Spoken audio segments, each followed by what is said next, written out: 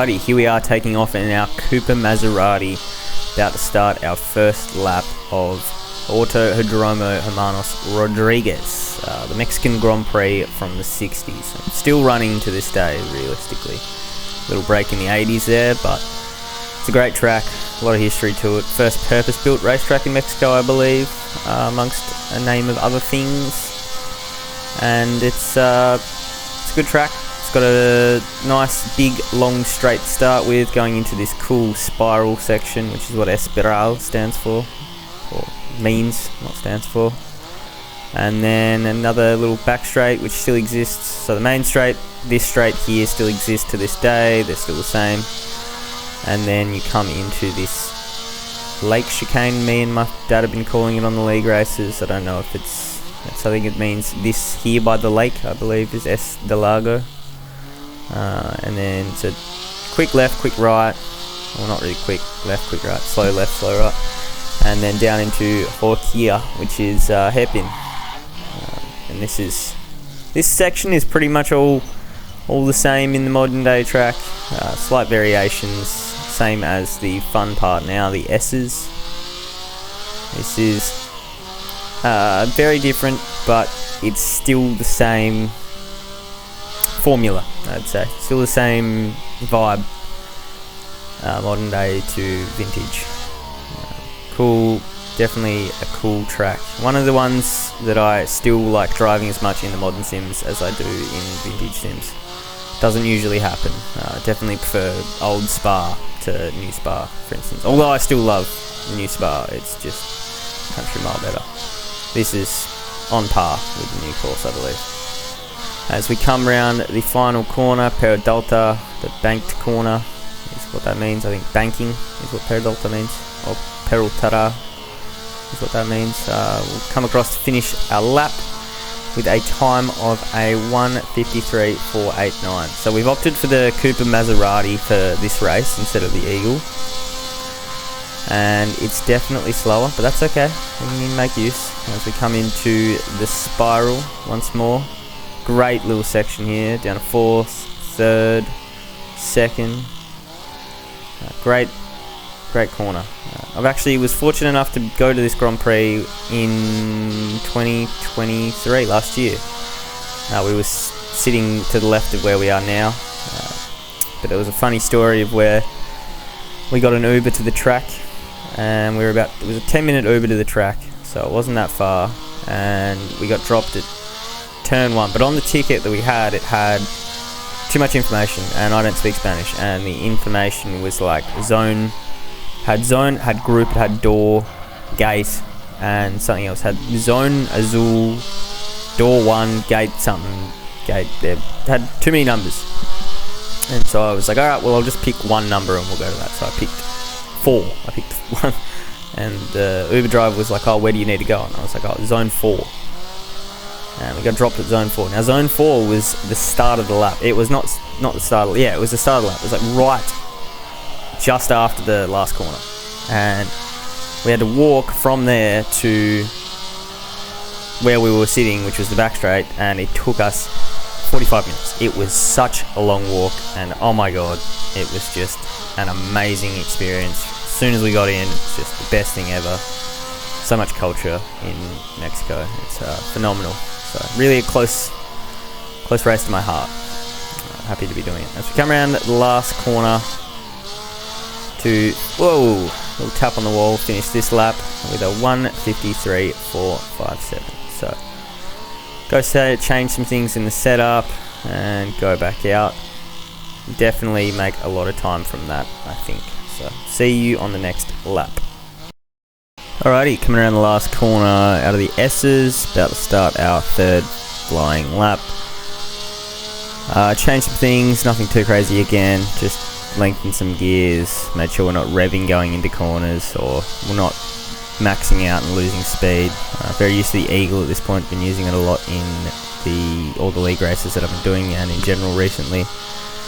I'm very accustomed to that, and that thing has a very, very high top speed, so this Cooper Maserati unfortunately does not. I think it's topping out at 290 instead of 300.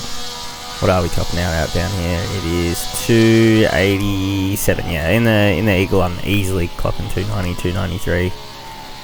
If not, I think there was one lap I completed with at least 300. So losing a lot of speed compared to the Eagle. Pretty much just a second slower everywhere. But that's fine. Got the Pedro Rodriguez livery on. Hopefully it'll give me an extra boost in the race. As we come into the Lake Chicane once more. Still experimenting, still learning. I've done a few laps of this track now, but still coming to grips with it. That's an awkward chicane there. It's very slow, and if you get out on the grass on the left, it will not. You do not come back from it. Braking for the hairpin, also another very awkward one. I feel like I need to be changing brake bias on the fly for this corner. Something that they definitely didn't do in the real time, so I'm trying to avoid doing it. But I know that you can do that in Assetto Corsa as we start the S's once more. Getting a little bit more confident in the S's, starting to anyway. Second gear, want to just cut that as much as you can. Hold second through here, quick shift up to third once you start turning. Opted for the second and it's just spun me, or nearly spun me, that's why you want a quick shift. Good fun, not quick though. As we come into the banking to finish the lap, we'll see what time we get. Didn't feel majorly quick, but felt quicker than what it was before. I think that was a nicer banking through there, experimenting. Alright, fourth, across the line with a time of a 150.8. So we did improve by quite a noticeable margin, but with the gear ratios we had set up, it wouldn't have been hard. So we'll go for one more, and we'll see what we're doing next lap. Alrighty, back on the last corner, about to start another lap. Trying for an experimental line, going extremely wide and then coming in, cutting late, and all of the tyres while at it. Start another lap. So areas I really need to improve on are the Lake Chicane, hairpin, and the last turn out of the S's. I feel like I'm not getting on the power quick enough, so we'll see what we can do on this lap. Into the spiral, just a great little sequence here. I think it's these are the hardest corners, ones in a little like Fuji, Shanghai, where the corner just goes and goes and goes and you don't know when it's going to end, so keeps you guessing, keeps you active anyway, mind active. Down to third, down to second, trying to cut that inside corner as much as possible to set myself up for a better exit on the right hander. It is very hard to do though. Sometimes the car just doesn't want to rotate and sometimes it wants to over rotate. So into the hairpin once more, braking and locking up once more. Definitely need to play around with brake marker there. Hard corner here too. You can't cut it at all, and then once you don't cut it you seem to go wide on the outside, so tricky. Still braking for the S's here. I thought I didn't brake last lap, maybe I was just tripping. Second through there. Feeling like a cleaner lap actually. It's feeling not so much seesawing of the wheel, especially not through these last few corners. You really want to be straight on the power there. You want to just straight line it as much as possible. I was up, not sure by how much. Coming into the last corner, opting for fourth instead of downshifting to third. Still not sure which is quicker at the moment. I think in the race, fourth's probably going to be better to save fuel, but we'll see what it is. 149.677. That's a pretty decent race. I think that's decent race pace. If I can keep that for race pace, I'll be happy. So we'll see what we can pull out of the bag with some more setup changes. Okay, about to start our next flying lap some laps later. Made a lot of setup changes and then struggled to do a lap and then went back in and would change a lot more things. So you see that we are on a flying lap here. I don't go quicker. However, the lap after we'll see what we can get. So I've changed some things. I've stiffened the front of the car by quite a lot, and I've loosened the rear by a few clicks, not only a few clicks for the rear. Just because if I loosened it too much, when you were braking for spiral here, it would just snap out on you and you couldn't control it.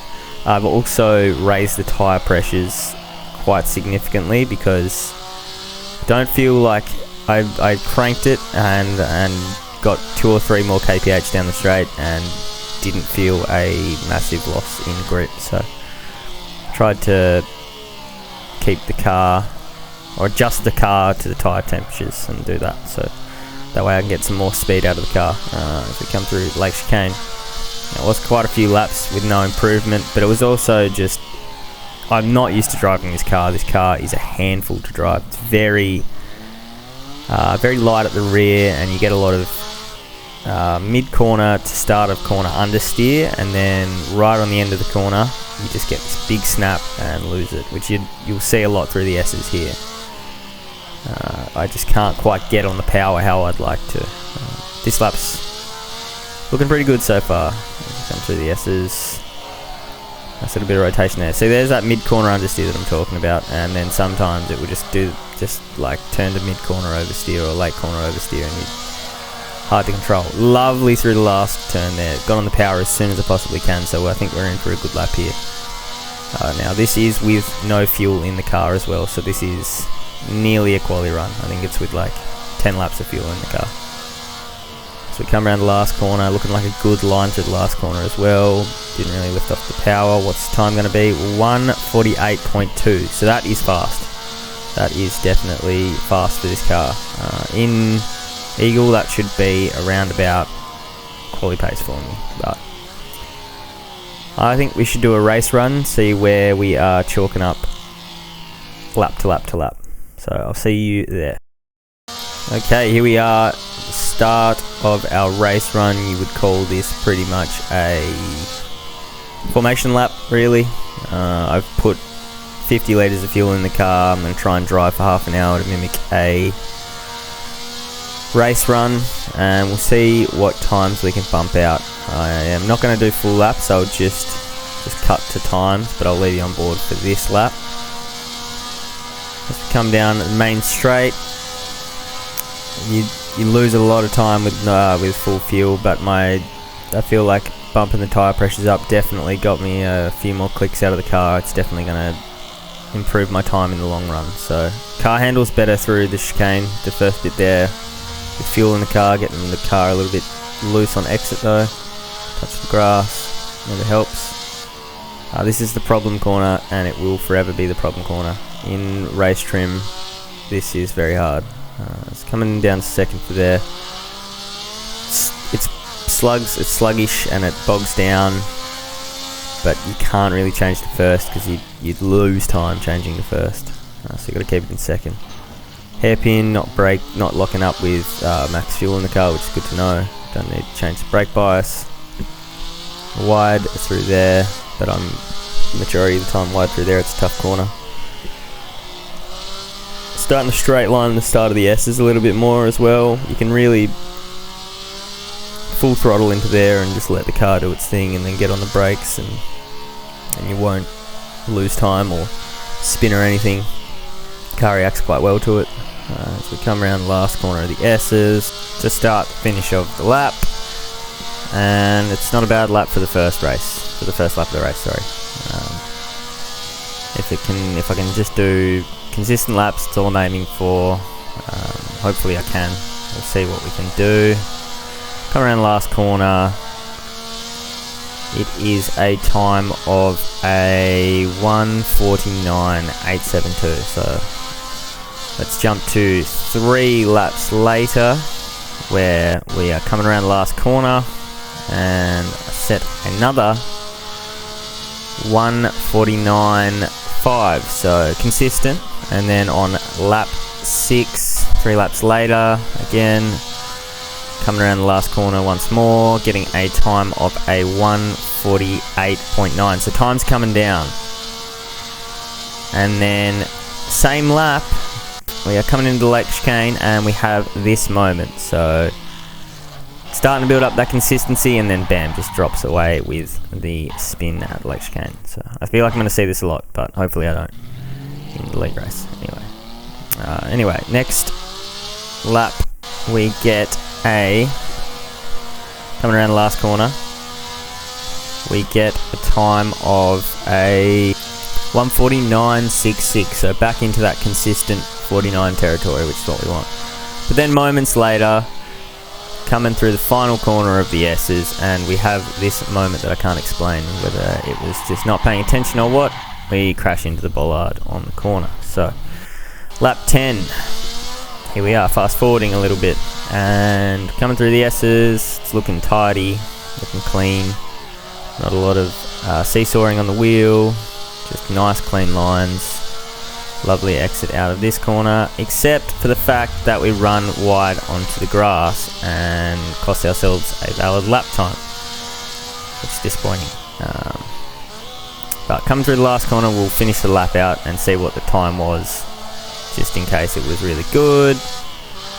And you already know that, guess what, it would have been the fastest lap of the race, 1:48.3. So anyway, fast forward another couple of laps, and we're setting a valid time of a 1:48 finally. So 1:48.791, which is nice to see. But coming to the end of the stint now, end of the race stint, one more, 2 more laps maybe.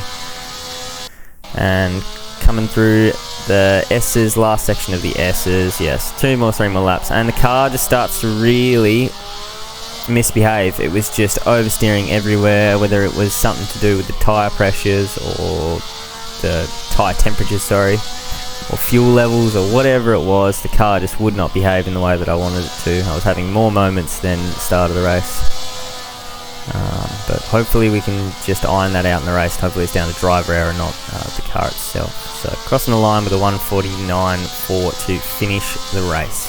So overall, didn't feel like the pace was too bad. I mean, the pace was there anyway. It's just the consistency that was in order. I mean, there's a lot of corners, a lot of room for error, especially with a car that oversteers more than it wants to, than I want it to anyway. But come to the pits and we'll have a look at the times. So as you can see, got a 1:48.2 as the fastest race pace. 1:48.3 was the one that we should have got.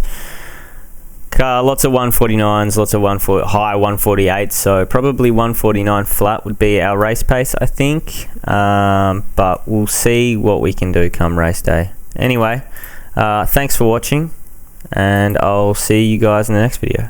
Cheers.